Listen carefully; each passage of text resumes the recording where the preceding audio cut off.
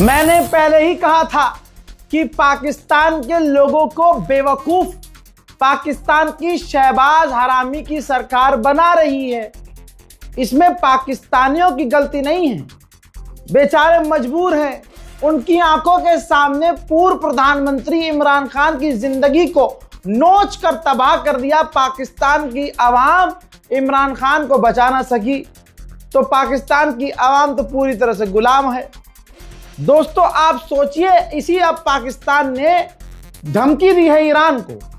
पाकिस्तान का चैनल नहीं दिखा पाएगा क्योंकि आईएसआई तुरंत उन्हें उठा लेगी और पाकिस्तान की आर्मी ऐसे लोगों को जो सरकार की आलोचना करते हैं ना, रातों रात गायब कर देती है। पता नहीं चलता कि गुंडे ने मार दिया, किसी ने स्नैचिंग करते हुए कत्ल कर दिया, या बंदा गया कहां।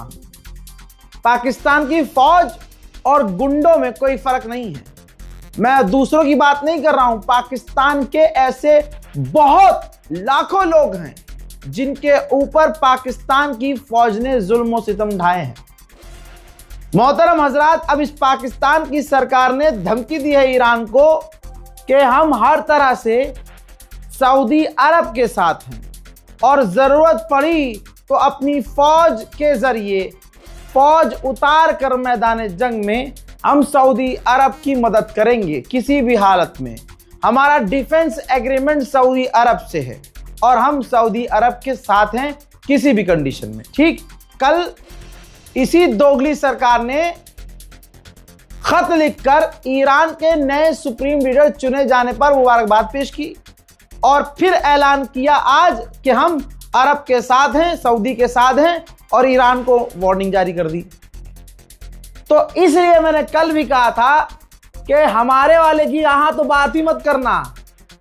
प्रधानमंत्री मोदी जो हमारा है भाई, कम से कम उसका स्टैंड क्लियर है कि भाई मैं इधर हुई नहीं, मैं ईरान के साथ हुई नहीं। हालांकि एक एडवांस है उसके पास टेक्निक कि ना मैं इधर हूं ना मैं इधर हूं, जो जीत गया मैं उधर हूं। लेकिन तुम पाकिस्तान अरब के साथ इसलिए है दोस्तों कि ईरान के पास अंधा पैसा नहीं है। ईरान हमेशा गरीबी से जूझता रहता है और अरबों के पास अंधा पैसा है। और यह फटीचर पाकिस्तान, जिसका प्रधानमंत्री खुद कई बार कह चुका है कि मुझे शर्म आती है कि मैं भिखारियों की तरह दूसरे देश में भीख मांगता हूं कि हमें भीख दे दो। तो दोस्तों अरब के पास जब पैसा है और भिखारी को पैसे की जरूरत है पाकिस्तान को, तो ऑब्वियसली वो अरबों के साथ खड़ा होगा। तो कोई भी दिमाग में गलतफहमी मत पाले पाकिस्तानी कि तुम्हारी सरकार ईरान के साथ है। उधर डोनाल्ड ट्रंप का पैखाना निकल चुका है, हवा टाइट हो गई है। लीजिए, सबसे बड़ा ऐलान ट्रंप ने कर दिया है।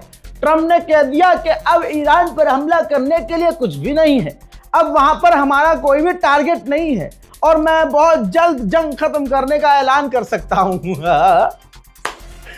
जबकि ईरान कह रहा है कि सुन बे, तूने शुरू की थी, खत्म हम करेंगे। करने को तो 3 दिन पहले जंग खत्म करने का ऐलान ट्रंप कर चुका था, लेकिन ईरान ने माना ही नहीं। ईरान का बोलता है तू हम तो मारेंगे, तू खत्म कर रहा है, तू चुपचाप बैठ जा, हम तो मारेंगे। इंटरनेशनल एनर्जी एजेंसी, ये तेल की रिजर्व करने वाली संस्था है, तेल को रिजर्व करने वाली।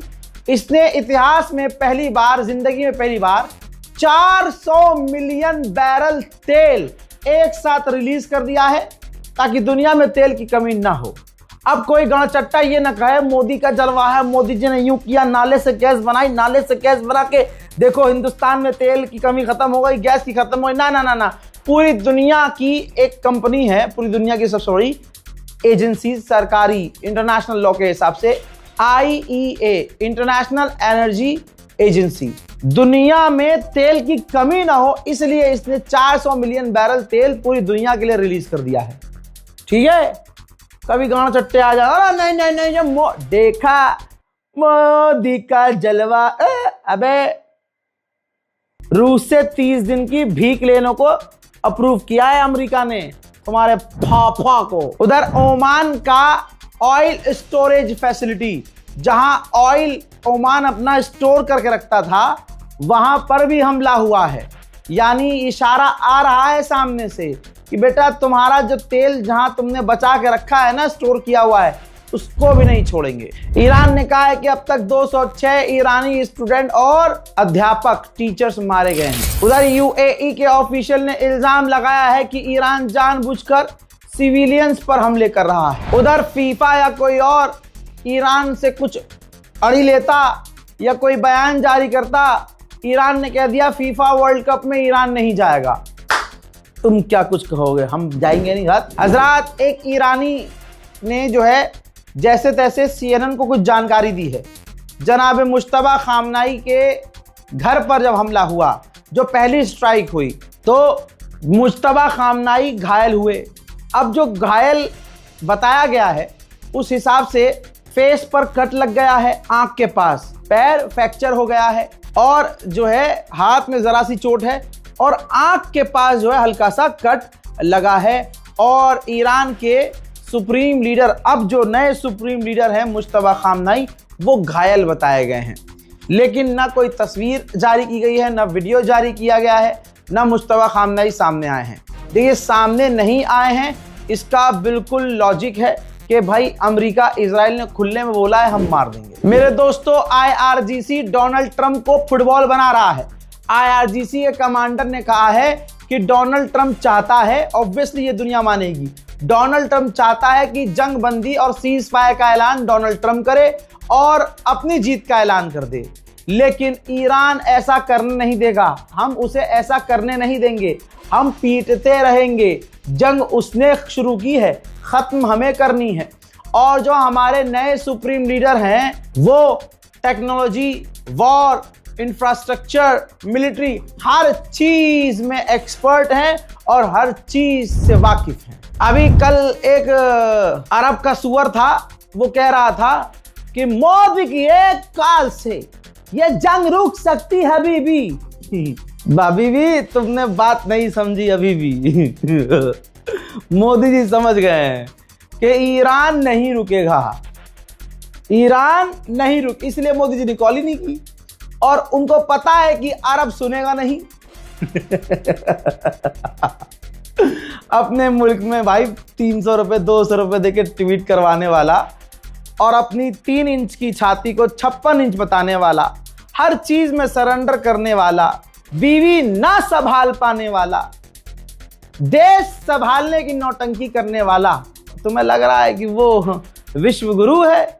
विश्व गुरु किसे कहते हैं, खामनाई से सीख लो। दोस्तों, अगर मोदी में इतना दम होता और कोई दुनिया का कोई एक नेता भी मोदी से डरता तो ये खबर ना आती कि जो 2 टैंकर, तस्वीर देख लीजिए, 2 टैंकर जो उड़ाए हैं ईरान ने, ओए होए बल्ले बल्ले। भाई साहब, एक थाईलैंड का टैंकर भारत के मुंबई पोर्ट पर आ रहा था, थाईलैंड का सीधा मुंबई के पोर्ट पर। ईरान ने उस टैंकर को तबाह कर दिया, उड़ा दिया। मोदी जी अब भी फोन नहीं करेंगे, लिख के ले लो।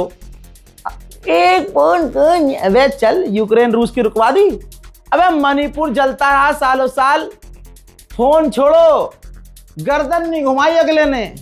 माता जी एक वहीं ईरान में ऑयल डिपो पर जो इजराइल ने हमला किया, उससे जो तबाही है और आसमान में काले घने जो बादल है और बारिश हो रही है जहरीली, उस हमले का मंजर ये है।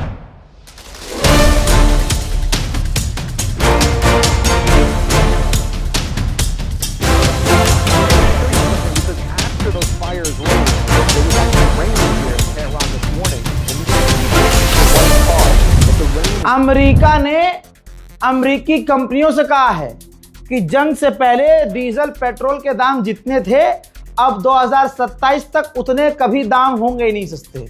समझ रहे हैं?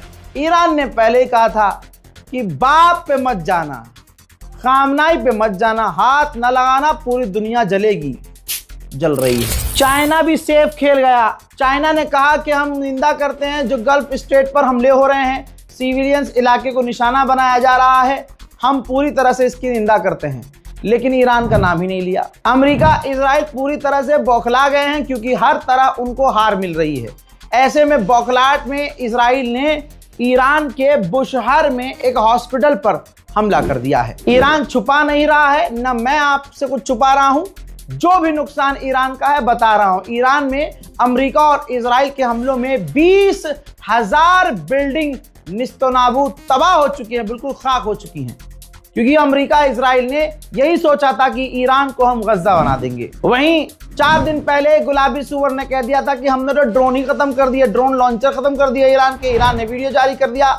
ईरान ने इस वीडियो में दिखाया कि उसने किस तरह से दुश्मन के ठिकानों को अपने ड्रोन के जरिए उड़ाया है, और इस हमलों से, इस लॉन्च के बाद जो अमेरिका इजराइल में तबाही मची है, उसके तमाम मंजर दुनिया के सामने आए हैं और अमेरिका और इजराइल ने उन तमाम मंजर को छुपाने की कोशिश की है। फादरलैंड के फादर की भी फट के 4 हो गई है। ऐ मुसलमानों, ऐ ईरान से हसद रखने वाले स्पेशल मुसलमानों, खाओ अपने बाप की कसम अगर तुम सच में पड़ोस की पैदाइश नहीं हो, और बताओ, पूरी दुनिया फैसला करे कौन जीता कौन हारा। भाई ईरान ने कहा था कि हम तब तक हमले करेंगे जब तक मिडिल ईस्ट से अमेरिका निकल नहीं जाता। दोस्तों, अब अमेरिका ने, रिपोर्ट आपकी स्क्रीन पर है, ध्यान से देख लो, अमेरिका ने मिडिल ईस्ट में तमाम अपने अमेरिकियों से कहा है कि अमेरिकी फैसिलिटी और अमेरिकी बेस को खाली कर दो। अल्लाह अकबर। दोस्तों, जो इजराइल और अमेरिका कह रहे थे हम हार नहीं मानेंगे, ट्रंप पिटने के बाद भी, जलील होने के बाद भी, हारने के बाद भी जिद पर है कि हम तो जीते हैं, हम तो जीते हैं, हम तो जीते हैं। दुनिया देख ले जीता कौन है, और है किसी की औकात, है कोई 56 इंच का फर्जी, है कोई अपने आप को मिट्टी का शेर कहने वाला, तो भिड़ कर देख ले ईरान से। हजरात मोहतरम, इस रिपोर्ट को शेयर कीजिएगा, अपनी राय कमेंट सेक्शन में लिखिएगा, चैनल को सब्सक्राइब कीजिएगा, फेक न्यूज से बचते रहिएगा। जय हिंद।